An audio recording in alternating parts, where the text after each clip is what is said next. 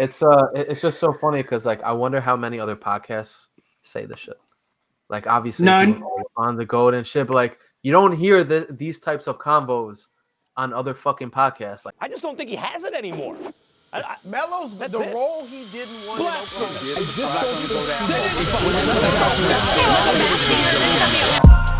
Carmelo Anthony throws it straight away. what's going on, everybody? Welcome back to another episode of Control the Narrative, a podcast where we control the narrative that the media creates. If you're new around here, subscribe to catch our weekly podcast on YouTube, Spotify, and Apple Podcasts. And if you're a returner, subscriber, or better yet, a Control the Narrative member, like the guest today is, then we appreciate you as always. Obviously, been a minute. It's been a month and a half almost. The season is 2 weeks away. So we restarted the podcast. Didn't want to keep talking about the same things. There's been some updates over the past month and a half, even though it's still been the offseason. The Lakers have filled out their roster. Melo's went on a little media tour, so we'll get into all that. But for today's episode, I am happy to have my guy Vic on the show. Vic, how's it going, bro? It's good, man. How you doing? Everything good? Everything's good, bro. Happy to have you back on. We were just talking real quick that our last episode had some people unhappy because we were a little pessimistic about the LA move, and we'll get into that in a second. But I say that to say it's always good combo when Vic's on the podcast. So, let's just jump into it, man. It's been almost 2 months. Maybe it has been 2 months since Melo has decided he's going to LA.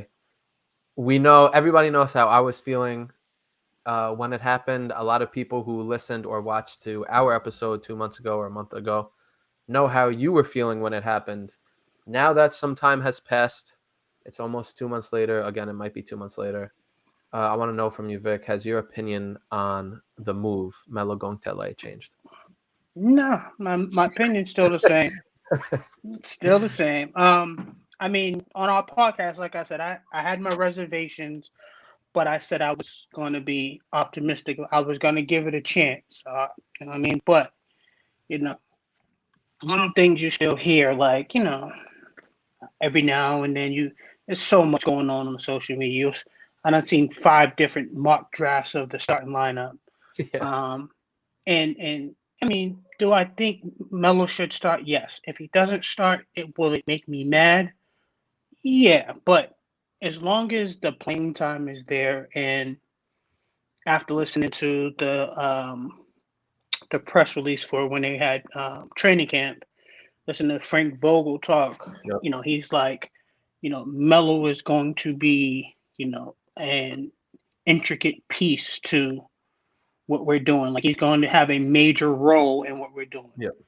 That for me was a positive sign in my eyes, because he said he's going to have a major role. I remember when he went to Portland, Terry Stotts, who I hope never gets another job again, said Melo would be a major piece to Portland. Yep. Being a piece doesn't mean you're going to have a role. When the coach says you're going to have a major role, that lets me know that, all right, he's looking to say Melo's going to actually have a role in the outcome of a game and playing minutes and all that other stuff, and as far as like starting, he didn't say no to starting or no to coming off the bench, as opposed to Terry Stotts just like, yeah, we're going to bring him right off the bench. Right. I mean, do I want him to start? Obviously I do. I mean, I think the starting lineup should be, Westbrook. You can do Wayne Ellington, Malik Monk, whoever you want to put at the 2, LeBron, Melo, AD. If he's coming off the bench, he's coming off the bench. Just slowly, just not for Trevor Ariza. Nothing against Trevor Ariza. I think Trevor Ariza's a great piece to have on your team. But Trevor Ariza is what they keep trying to convince us Melo is. That 8th, 9th option. You know what I mean? That person that can come in. If he's hot, you let him play. If he, but more often than not, I'm saying, he's probably going to, he's going to give you that, good, solid 12 to 15 minutes. He's going to play hard. But the shit they pulled in Portland with Derrick Jones Jr. starting over Melo, and then playoffs come, and there was I don't know if you've seen it, but they had an Amber Alert for Derrick Jones Jr. because nobody could find out where the hell he was. Yeah. Wasn't I don't think he got a single starting minute, right? He only played when they were getting blown out. Oh, yeah, He got the garbage time, but he didn't get no major minutes. I mean, Yep. they started playing, other motherfuckers ahead of him.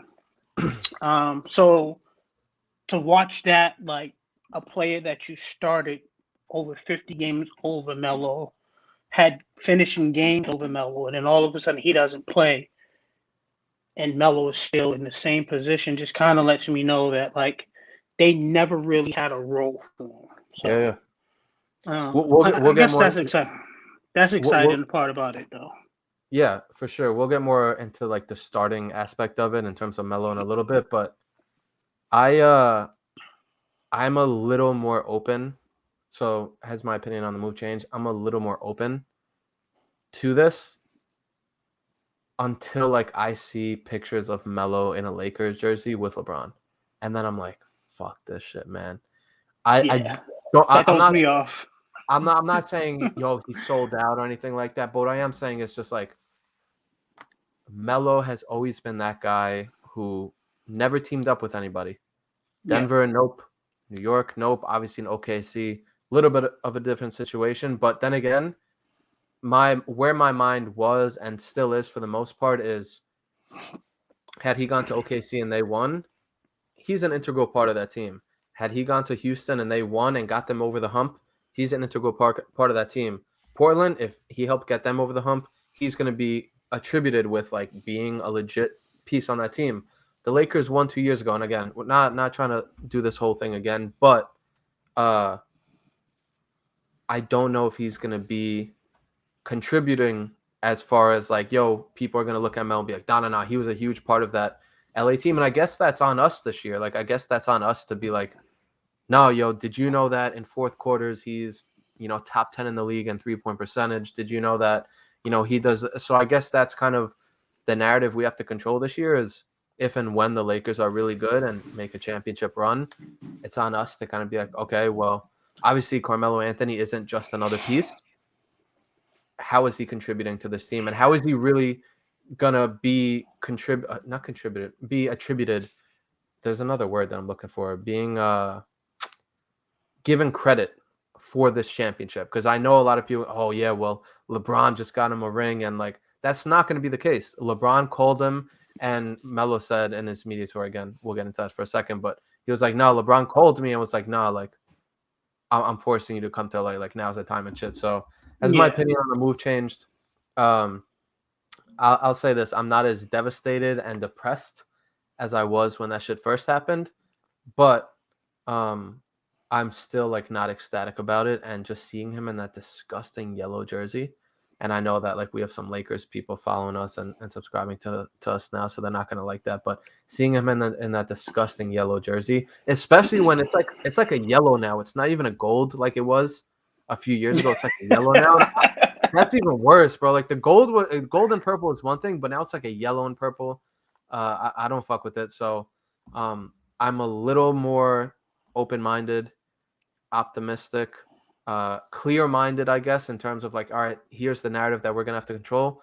That Melo is going to be a big piece of this team, and he will and should be getting credit if and when they win a championship. That's my thoughts on my opinion now. So no, I agree with you on all the points you made. I mean, I'm not as disgusted with the yellow as you. But yellow really isn't my color. I will say though, the black Laker uniform is fire. The Kobe one. Yeah, the black one. Yeah, so the retro one that they got, I do like that black one. The Kobe one stuff. And I do. I did see that the light blue one. The light blue one, and then they're gonna do the prototype of the Melo's first signature shoe in all of the Lakers colors. I seen that they're working on that. Wait, where'd you see that? You're breaking news right now, Vic. Where'd you see this? Because we posted about it like 2 days ago. It was on I think it was Slam.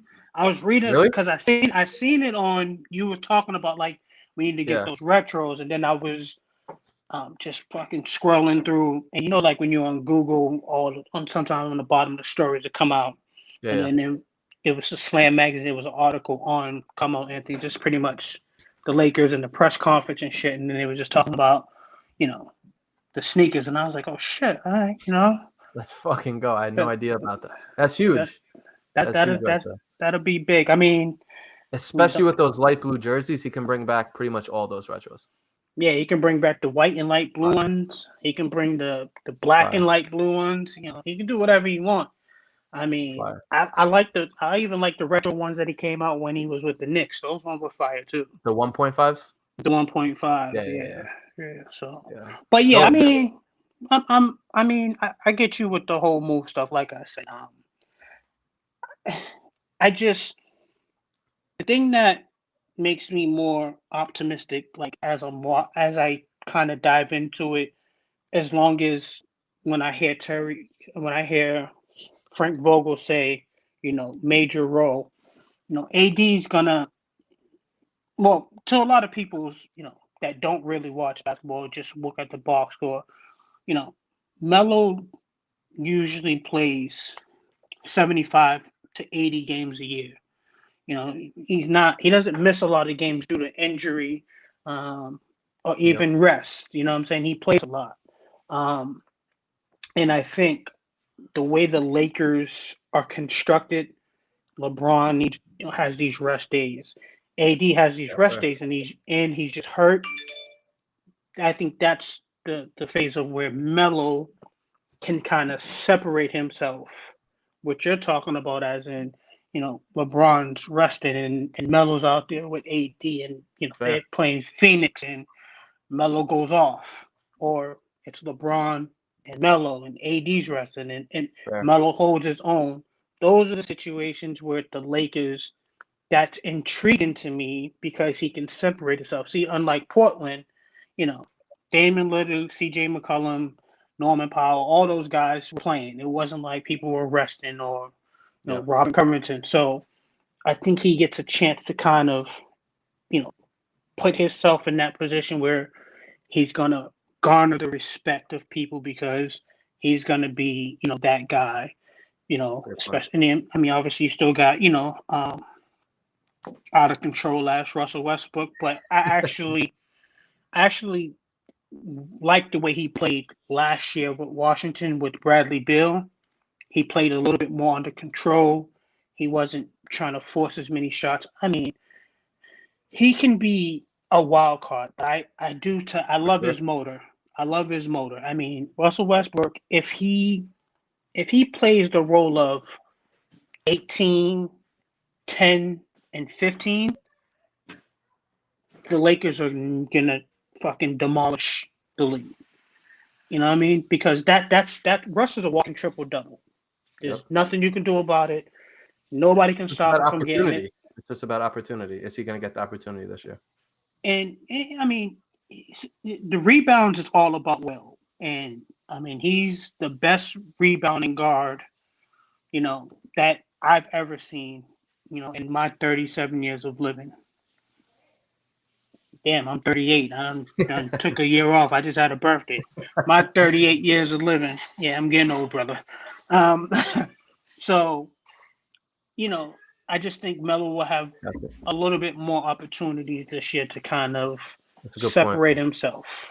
And we saw that last year. Remember when Dame went through a little stretch where he was hurt, where Melo came in, and when again, it's all about opportunity. When he was given opportunity, he single-handedly carried the Blazers to multiple wins last year by himself. So great point with like these guys, LeBron, AD, maybe Russ. They're not going to prioritize the regular season because they know at the end of the regular season, they're going to be there. Portland didn't know that. Portland didn't know if they were going to make it. They were a few games out of that play-in tournament. So that's a nice luxury to have where LeBron's not going to have to play every game. Anthony Davis isn't going to have to play every game. Melo plays a lot. He's healthy for the majority of his career. So plugging him in and like allowing him to show off. Good point. Yo, real quick, sorry to interrupt if you're watching on YouTube or listening on Apple Podcasts or Spotify, but just wanted to let you know that we have merch at Control the Narrative, and it's pretty fire, in my opinion. This is the Pixel Melo t-shirt that I'm rocking. Anything from Cuse Melo to New York Melo, Hoodie Melo. On this shirt, we got Scapegoat merch, we got Blackball merch, we got just regular Control merch. Shop CTRL the Narrative.com. T-shirts, hoodies, hats, beanies, stickers. Shop CTRL the Narrative.com. I think I got my point across. Go check it out. I bet you'll find something you like. Appreciate the support as well. Obviously, you know, the merch sales help us fund these podcast episodes that we get to record every single week. So appreciate you. And back to the show. Let's get into the roster. So obviously, since we spoke, the Lakers have finalized their roster spot for the most part. Not exactly, but added guys like Rondo, DeAndre Jordan, Dwight Howard, Malik Monk, Kendrick Nunn, Ariza. We talked about Bazemore, Ellington. So what do you think about how they filled out this roster? Obviously knowing that they're building around LeBron, AD, Westbrook, and Melo. Fuck what anybody says. The roster is deep. I will give him that. Probably could have used a little bit more shooting. But Kendrick Nunn, perfect. I like him. I think he's an excellent pick. To me personally, the best pickup for me is Rondo. I love that kid. I loved him when he was with the Celtics. I mean, he's just, aside from Chris Paul, he's the truest version of what a point guard is. Yep. And I think if Melo, and when Melo, because Melo's going to play a lot with the second unit, whether he starts or not, I think him and Melo together, I think that duo is going to be really, really tough to stop. Well, how about this? So I feel like it's either going to be LeBron or Westbrook handling the ball, no? So with the starters, with the starting at any point in the game, like I feel like LeBron or Westbrook is going to be controlling. So obviously Westbrook and LeBron aren't going to bring it up every fucking time, but is Rondo going to have the ball enough to make it? You got to look at the year that they won the championship when it was Rondo and LeBron. LeBron played off the ball when Rondo was in the game. You know what I'm saying? And obviously we know LeBron's his best when he has the ball in his hands. But I mentioned this in last podcast where Twitter went crazy because we were being honest and everybody wants to live in fairyland. That the one thing that the Lakers actually do is they run plays, they run sets. So when Rondo's in the game, they run sets where LeBron comes off of down screens or LeBron comes off a pick and roll and he's rolling to the hoop. So LeBron can play off the ball in that instance. And even Westbrook played off the ball a lot last year with Bradley Beal because Bradley Beal needed the ball. So I don't think you'll see a lineup with Westbrook, LeBron, and Rondo. No. All three of them will never be on the floor at the same time. I think you're looking at, like, if Rondo's on the floor, it's a Rondo, Malik Monk, LeBron, Melo, AD, or LeBron, Melo, Dwight Howard. You know what I'm saying? That type of lineup. Or Rondo, Westbrook, AD, Melo, and somebody. Like, you know what I'm saying? Or it could be Rondo, LeBron, Trevor Ariza, and I mean, you can mess around however you want, but if we're talking about like the roster, they are deep, but they're really only going to go 8, maybe 9 deep, and if you go 8, maybe 9 deep, you're looking at, I mean, Wayne Ellington may start, but it's one of those, he can start and play 6 minutes and then you'll never see him the rest of the game. I mean, they got like some Alfred Payton type shit.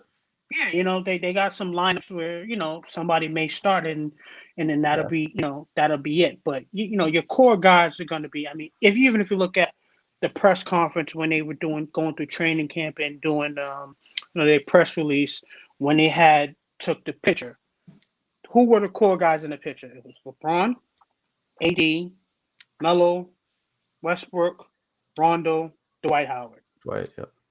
You know what I mean? And that was the big thing of imagine these six in 2012, playing on the same team. So those are your six like key guys that you're gonna have.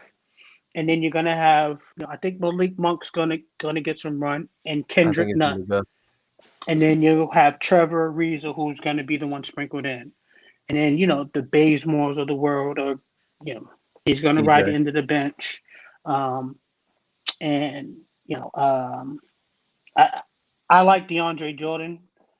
I think DeAndre Jordan and Dwight Howard, I think that's too redundant. Don't understand that one. Same player. The same player. If I had my choice of which one I would want, I would take DeAndre. Really? Right now? Take Dwight. Yes. Interesting. I would. I feel like DeAndre's washed, bro. When I was watching him in Brooklyn, he looked washed. See, DeAndre, I like DeAndre because DeAndre knows his role. Of course. You know what I'm saying? So, you don't think Dwight does at this point? I think Dwight knows his role. But I think Dwight, I've never been really a Dwight fan ever since he left Orlando. Fair. I liked the Dwight in Orlando, but when he left and he, went to the Lakers, and realized that everything wasn't a game, he came across the Black Mamba who just, I don't know, he changed his whole life, and Dwight ain't been the same since. But, the thing with Dwight that got me is Dwight had an opportunity to do what Giannis and Dirk did for their respective team, Milwaukee and Dallas, in Orlando. I mean, they made the finals, that year. And they lost, but they weren't going to beat the Lakers anyway. Or the Nuggets. You know what I'm saying? Or, you know what I'm saying? Or if they would have played the Nuggets, they definitely wasn't going to beat the Nuggets. But he had all shooters around him. Like that Orlando team was the epitome of what they created for LeBron. Like people think it was LeBron and it started with LeBron and Dwayne and put shooters. No, it was Dwight Howard who started that. It was him, and then they just put a bunch of fucking snipers around him. Turk Glue, Rashard Lewis, Jameer Nelson, JJ Redick. JJ, he had all snipers. Yeah, they did. Nobody else, he didn't really have nobody else that was a true but he didn't need to because Dwight was the defensive monster. He rebounded. He took care of everything else, and that made him what he was. And I just think that he chased that bigger market, man. And sometimes that bigger market isn't worth it. Like everybody's not made for that moment, which is why I love Kevin Durant, but that's why he didn't go to the Knicks. Yep. The Knicks is a place that very few people can go. Because that pressure can go and thrive. Anybody could go there, but go and thrive and deal with the pressure. You know what I mean? One thing I would say about your city is, you can't go there with no BS. It's almost like New York is the epitome. Like basketball, playing for the Knicks is like playing for the Patriots. If you don't win, like champion, like they're looking for a championship run. It's like they're not looking for anything championship else. Or bust. Same thing with the Yankees. It's like if you're not coming in there and you can deal because they'll love you today and tomorrow the headlines will be, you're the biggest loser. So you got to be able to deal with that. And there's very few athletes that can. Real quick, we're going kind of off topic, but do you think that's why LeBron didn't come in 2010? Oh, I absolutely know that's why he didn't.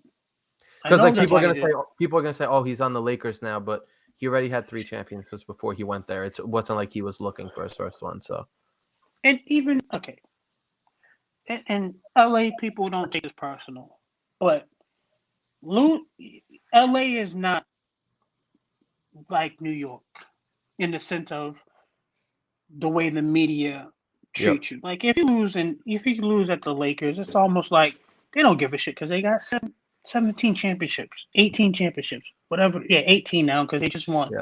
Yep. New York is different. Y'all got 2, and they were fucking 40 years ago. 70 and 73. You know what I'm saying? So nobody's like sitting there like, yeah, you know what I mean? I mean, if New York was sitting on 12 championships, Fair. of course it'd be different. But like they're thriving, they're waiting for that one to get them over the hump. So in 2010, you know, why would he want to? Especially, you know, at that point he didn't have no championships. You know what I mean? So he wasn't going to the Knicks. He wasn't going to take on that burden. He wouldn't even took on that burden if Wade and Bosh was coming with them. Too heavy of a burden. Maybe. You know what I'm saying? It's too heavy. No, I'm telling you, he wouldn't have survived. Just LeBron as a person. Remember that first year that he was together, they got their ass handed to them by the Dallas Mavericks. Yeah. And LeBron was by far the worst player on the court. Best ring of the century, by the way. Just throwing that out there. What did he average? 13 points? I think seriously like 17. Yeah, 4 points he was averaging in the fourth quarter. If he would have did that shit and he was a New York Knick, you're not wrong. Do you understand the stature of player he was? Man, they would have stuck it to him with no lubrication. You're not. I don't disagree with you at all. That's a good point.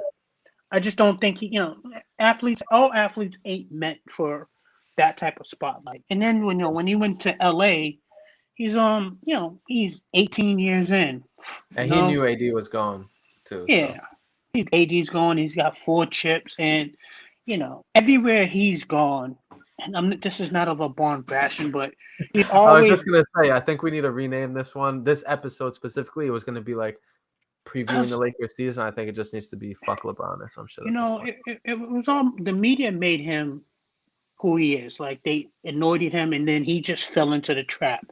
Yeah. But he's always been the person where wherever he's gone, he made sure he had a actual superstar that was of some type of level he was. So if they lost, he knew they would blame them. It wouldn't be him. It'd be LeBron gave us 25, 9, and 8. Or it's Wade's team anyway. It's not even LeBron's team.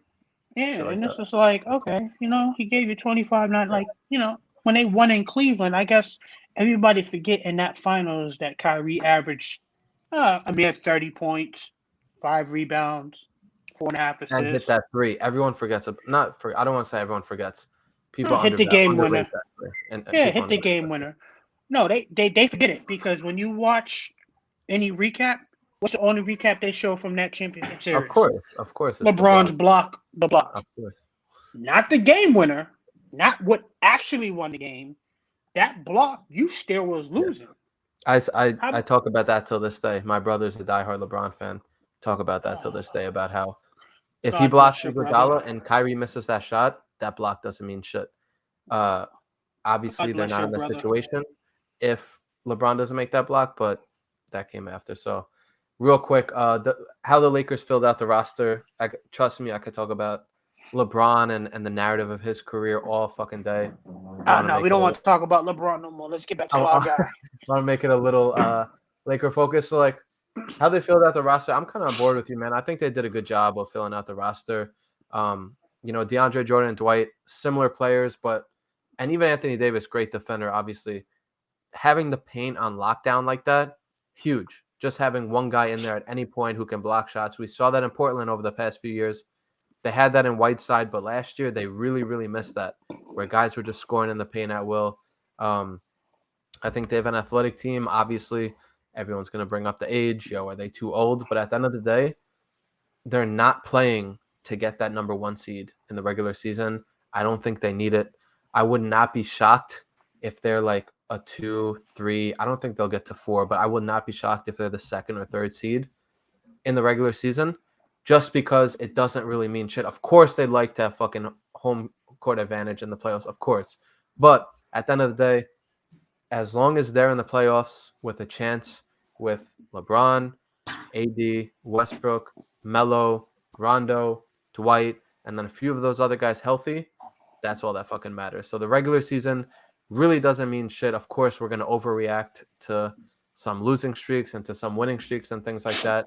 But I think they did a good job. I agree they could probably use a little more shooting. They got like Ellington and Ariza who can shoot, and Bazemore who's a decent shooter, and obviously Melo. But for the most part, it's easy to fill out a roster when you can get a guy like Carmelo Anthony go sign to play there for $2 million, and you can get Malik Monk to take a minimum, and all these guys to take a pay cut to go and play with Carmelo Anthony in LA. So I think they did a good job, and top to bottom, I think this squad is deep enough to get them through the regular season, and then the top of the roster is good enough. Obviously, as long as they're all healthy at the end of the season and in the playoffs to win the championship. So don't see anybody competing with them in the West. Obviously, you have the Brooklyn Nets in the East, but yeah, that's kind of my thoughts on the roster. And then shifting our focus to Carmelo, you spoke about it a little bit where, my question here is, does Melo starting or not make a difference to you? It seems like you don't really care, but just talk about that for a little bit. So obviously we like him first off, but I care. I think he should start. I mean, my idea is starting lineup is Westbrook, Ellerton, Malik Monk, or Ken Bazemore. You plug whoever the hell you want at hell. You can put Kendrick Nunn at the 2, to be perfectly honest. LeBron at the 3, obviously. Melo at the 4, AD at the 5. Because I heard everybody saying, AD is willing to play the 5 this year, and LeBron will drop down to the 4. And it's like, well, why the hell would you put LeBron at the 4? LeBron's been a 3 his whole life. Like, He can stay at the 3. I guess we forget Melo's the 4. But that's my preference of how I think the lineup should go. If he doesn't start, that's fine too, as long as his minutes are what we are envisioning and what we have kind of been lured to think. And the biggest key is finishing games, like who finishes the games. And as long as in the fourth quarter when the game's on the line, you don't got Trevor Ariza out there because this stupid 3-and-D. I'm so tired of that slogan because nobody plays defense in the NBA. Nobody plays defense in the NFL. Defense is something that you do in spurts. Like in the NBA level, you just want to get stops when you need them. It's not about stopping the team because you can't stop anybody anymore because you can't really play defense. Everything's a foul. But if you can get those 2 or 3 key stops, in the third quarter, the fourth quarter, and you come down and you bang a 3, bang a 3, bang a and 1, and now a 2-point lead turns into a 12-point lead. That's all you need.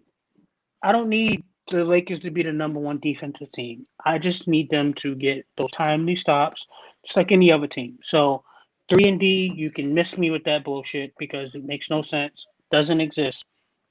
You probably got 6 to 8 people in the league that actually plays legit defense, and even those that legit play defense, depending on who they're guarding, gets cooked. Hell, we all think Giannis is Defensive Player of the Year, but Kevin Durant cooked him with every grease you can think of because you can't guard Kevin Durant. I don't care who you are.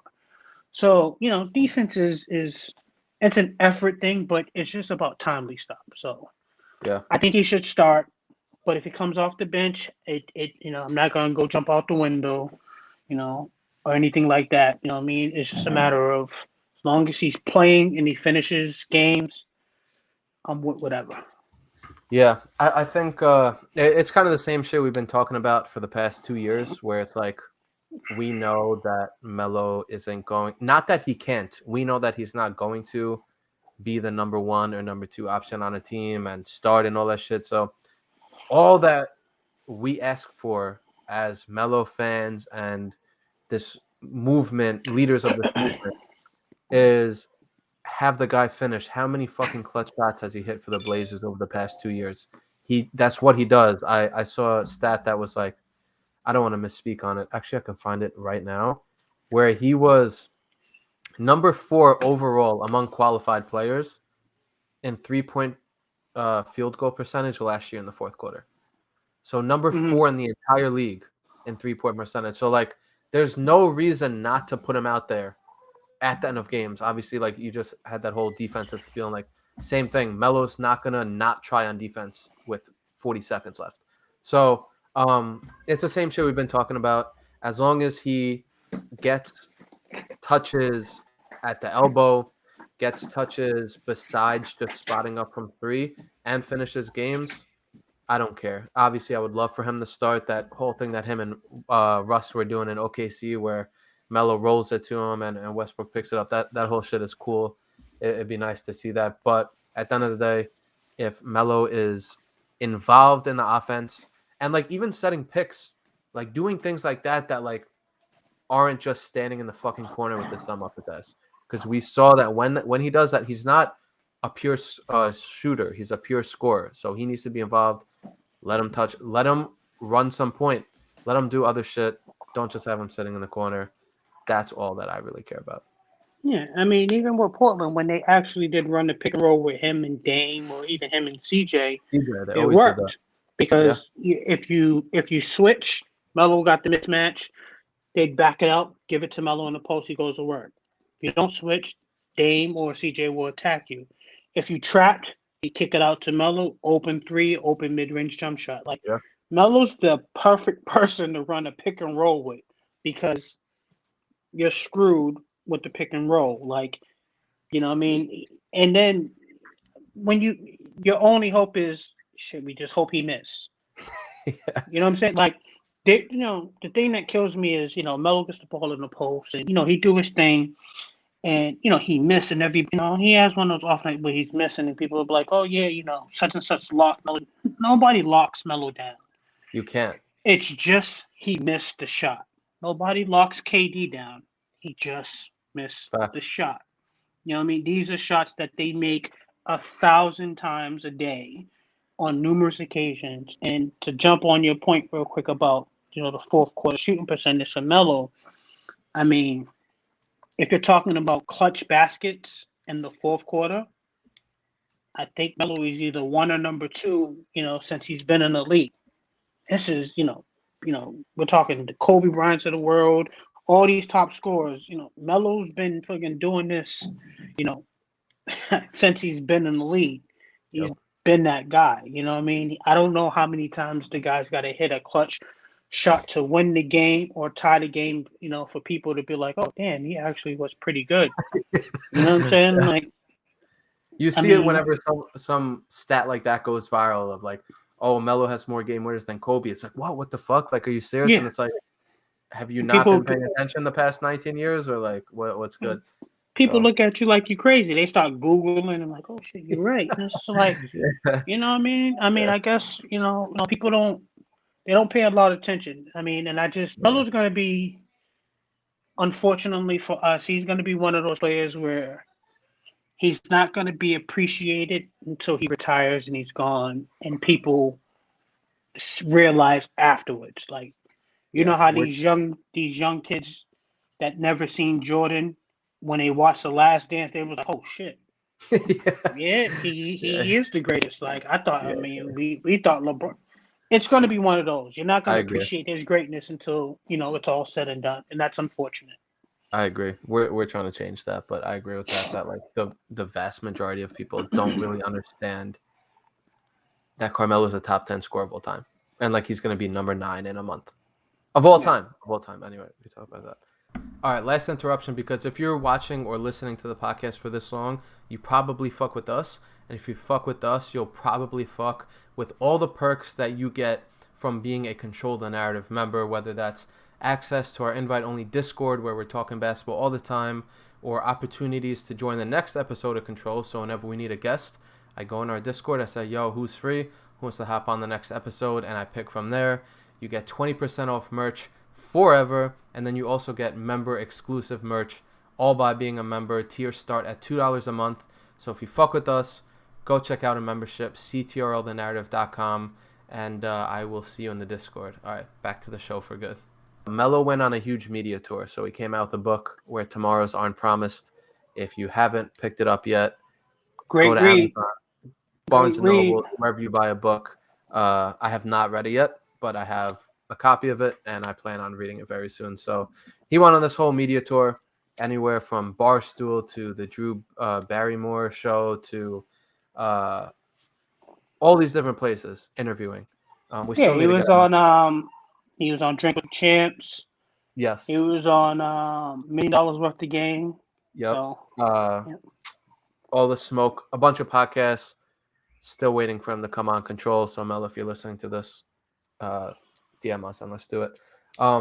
Was there?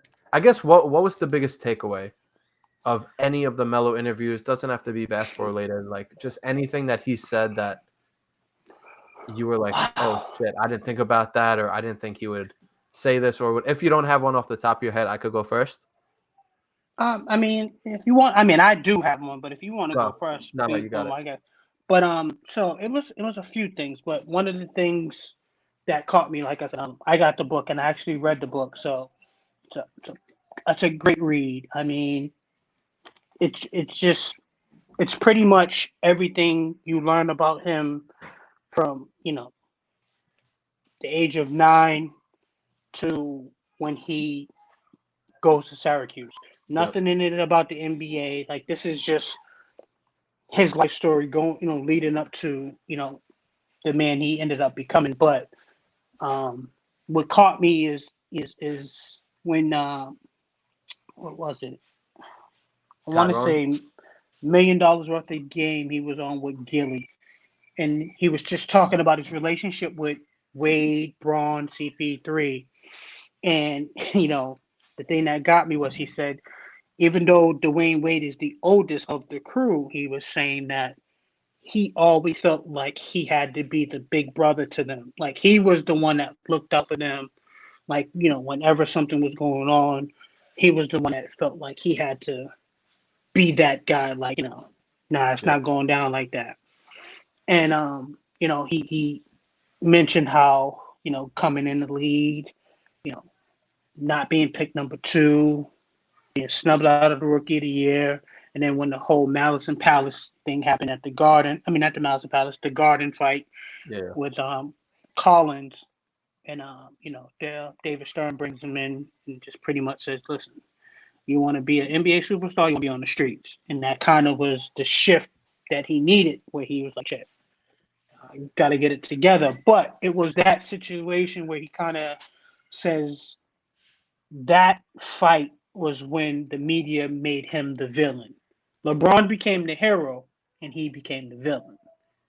And he just talked about how he embraced just being the villain because he was a hood dude. Like this is what he was used to. So it was just that caught me about like his tour, just stuff that you would never know. Yeah. That he kind of let us in on. And when I see him interact with the guys, and when you see how much respect LeBron specifically, since we're talking about him as like being the best in the NBA. I beg to differ, but whatever, or even the best of all time. But the way he talks about in his relationship with Melo and how Wade and CP3 and how even the other players talk about him to explain how he was to them. Like they have so much respect for him because he pretty much was that guy for them. Like he, you know what I mean? When something was wrong, when something popped up, he was the one that like, I got it. He looked out for them. He was that guy. You know what I mean? And they love and they respect him for being that guy. And then, as he got older and matured and realized that, being that guy you ain't gonna last long in this league. And, he transitioned and becoming the man that he is now, which, we all know and love. It was just interesting. So that was some interesting stuff that I learned listening to interviews, and obviously you learn a lot about that reading the book. I like that. I have 2. One is to go off what you said a little bit about the whole him versus LeBron thing, especially in the beginning. It was on All the Smoke when he was talking about. They said, by the way, you should have been Rookie of the Year, and he's like, I know, at least co-Rookie of the Year. And then he said something along the lines of, as soon as that happened, I knew how my career was going to go. And that's exactly what the fuck I've been saying for literally the past 17 years, where the NBA already knew that LeBron was the next GOAT. Of course, he had to fucking live up to it. No shit. But they were already placing him up. He had the chosen one tattooed on his back. He was the number 1 overall pick. Everything just worked perfectly. That the hometown kid is going to Cleveland, and he ended up bringing them a championship in 2016. But hearing Melo say, I knew right then how my career was going to go. All I could do was embrace it. He had, like, everybody fucking knows he had better numbers, and his team made the playoffs, and LeBron's didn't, and Melo's team was in it. It makes no sense. So for Melo to know, yeah, I knew, like, right from then, like, all right, like, I see what's going on here. Like, LeBron is that guy, and, I'm just going to have to embrace being the villain and not being that guy because, LeBron's that. I just thought that was, like, you think about it, right?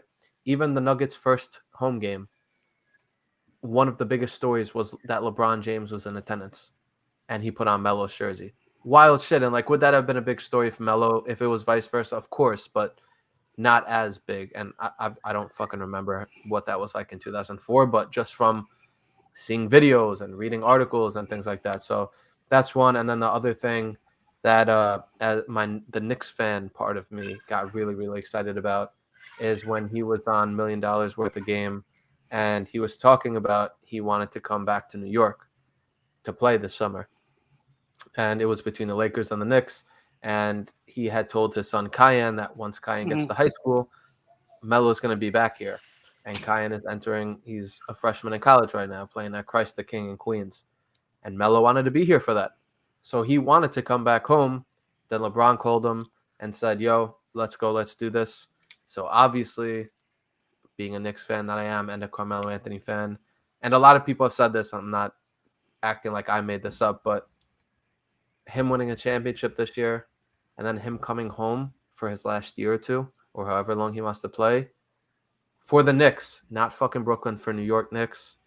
It is something that I am dreaming about every night, and I think would be an insane end of a truly legendary and special career when 2 or 3 years ago we didn't know if he'd ever play a game again. And then going from winning a championship for the Lakers to coming back in New York.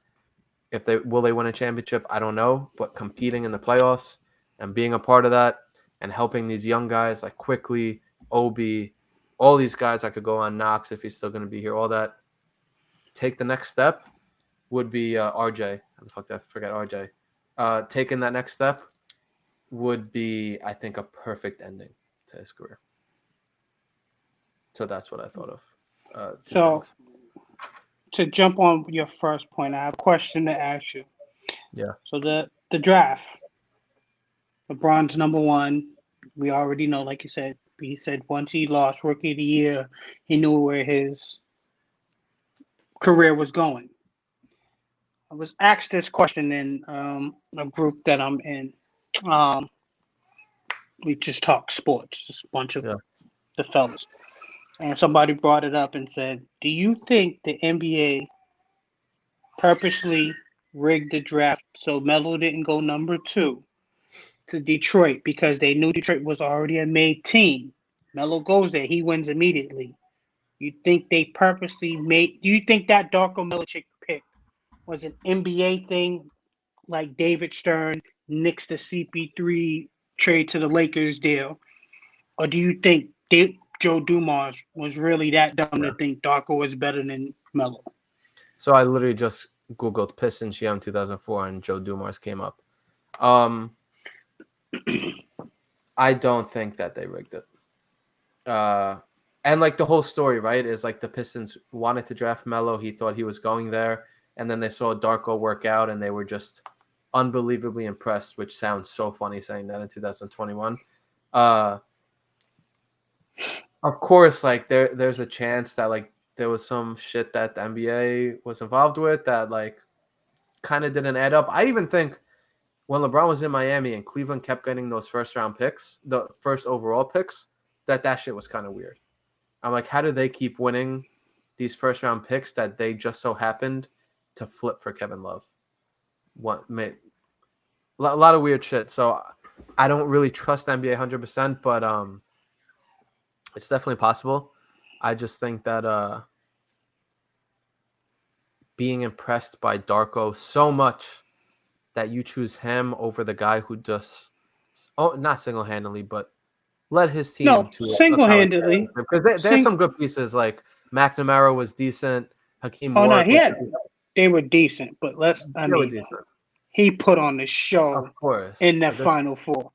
This guy right here did. Of course, most outstanding player and shit like that. So I can't imagine what they must have seen from Darko in one workout or two workouts or whatever it was to be like, no. We've seen this guy just win the NCAA championship and be one of the most impressive college freshmen ever. But we're going to go with this European, Darko Milicic. Where's he from? Serbia, I think. I don't know. So it just doesn't make any sense to me because it doesn't. Even if you take Melo, and even if you decide after the first year, him and Tayshaun don't mix. You trade Melo, you're gonna get easily 2 first-round picks from him wherever you like. Yeah. That's an asset. It's you a took risk somebody. you take. I just. And I said it real know. quick. Last thing on this Pistons thing, I tweeted something that got a lot of attention. I don't know if you saw it, where somebody said, "What's a hill you're willing to die on?" And this is a perfect way to recap everything. What's a basketball hill you're willing to die on? And I said, if the Detroit Pistons select Carmelo Anthony second overall in 2004, that Carmelo Anthony, when it's all said and done, would have been regarded as an all-time better player than LeBron James. And a lot of people laughing at it, but there were also a lot of people that were like thinking about it, and not that they necessarily agreed, but like, last thing I'm going to say, Pistons draft Melo. They win that first year because Darko didn't fucking play that first year, or he played very, very little. So he was a non-factor. So you add somebody who should have won Rookie of the Year to that team. We've talked about this plenty of times before. They win that first year. They win at least 2 championships in the first 4 years, probably 3 in the first 5 or 6. And then you look at Carmelo Anthony drafted second overall. LeBron would have been beat by the Detroit Pistons and Carmelo Anthony. I don't know if they would have matched up, obviously, but Melo's teams would have beat LeBron's teams. No, they would have. Melo's teams would have beat LeBron's team in the playoffs. Melo has 2 rings, maybe 3. LeBron has 0. That narrative shifts. Then let's say 2009, 10, 11, Melo decides, damn, I want to go home and play for the Knicks. People look at Melo and they think, shit, yo, this guy was a college freshman and single-handedly led his team. Then he goes to Detroit. They win 2 or 3 championships. Now he's going back home to the Knicks. The Knicks haven't won in 40 years. That'd be a cool story. I want to go play. Let's say and again, this is fucking fairy tale land. But everything changes. So good way to recap this episode with the whole LeBron versus Melo narrative, the Pistons narrative, and the Lakers narrative. So, well, they definitely beat the Pistons to cap it off, like you said, because that year LeBron scored 20. Yeah, the Cavs. That second year, year 2, LeBron scored that 29 straight points, whatever, and they end up beating Detroit. Detroit doesn't lose that game. They got Melo on his team because while he's scoring 29 straight, there's nobody that was on Cleveland that was going to stop Melo from scoring. Exactly. Because in the beginning of their career, every time he played LeBron couldn't do anything. He beat the brakes off of LeBron every opportunity he got. Wasn't until LeBron got D Wade and Bosh and had all the superstars that Melo started to lose. So exactly, it's just so funny because like I wonder how many other podcasts say this shit. Like obviously none on the GOAT and shit, but like you don't hear these types of combos on other fucking podcasts. Like, yo, Melo could have been better than LeBron. Yo, did you know that Melo actually beat the shit out of LeBron? It's good stuff. Yo, Vic.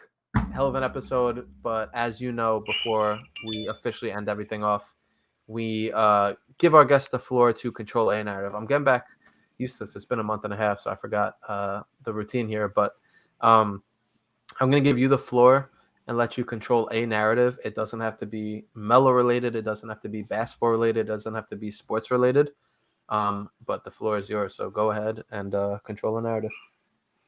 I mean, sticking with my guy Melo, just the narrative is kind of what we just kind of discussed in the episode. That I just feel that as a basketball player, he's accomplished so much, and he's done so much, and he's just always was one step away from making the right move. If one or two things changed in Melo's career, his career is totally different. Hell, even if you disregard him going number 2, he still goes to the Nuggets at number 3. If in 2010 he decides to join D Rose and them in Chicago. Yep. That, in my opinion, there's no way the Heat beats that team. That team was D Rose was at his best. That team was definitely defensive oriented. So they had the defenders. You had Jimmy Butler who was playing you had your lineup is Derrick Rose, Jimmy Butler, Melo, Taj Gibson, and Joakim Noah. And they had a bench at that. You know what I mean? So narrative I would control is that whether you want to believe it or not, if one or two things changed in Melo's career, decision-wise, or out of his control-wise, I think he has a career that is just as good as LeBron. So those narratives change. We're looking at LeBron and Melo in the same light. They're both probably 3 or 4 championships. So it's always going to be the, who do you think's better, LeBron or Melo, as opposed to, LeBron is light years ahead of everybody. Even though, obviously the debate now is who do we think's better, LeBron or KD? You know what I'm saying? And I mean, these LeBron nuts that think LeBron is better than KD right now at this moment, I mean, just is baffling to me. So that's the narrative I would control, that, one or two instances changes in Melo's career.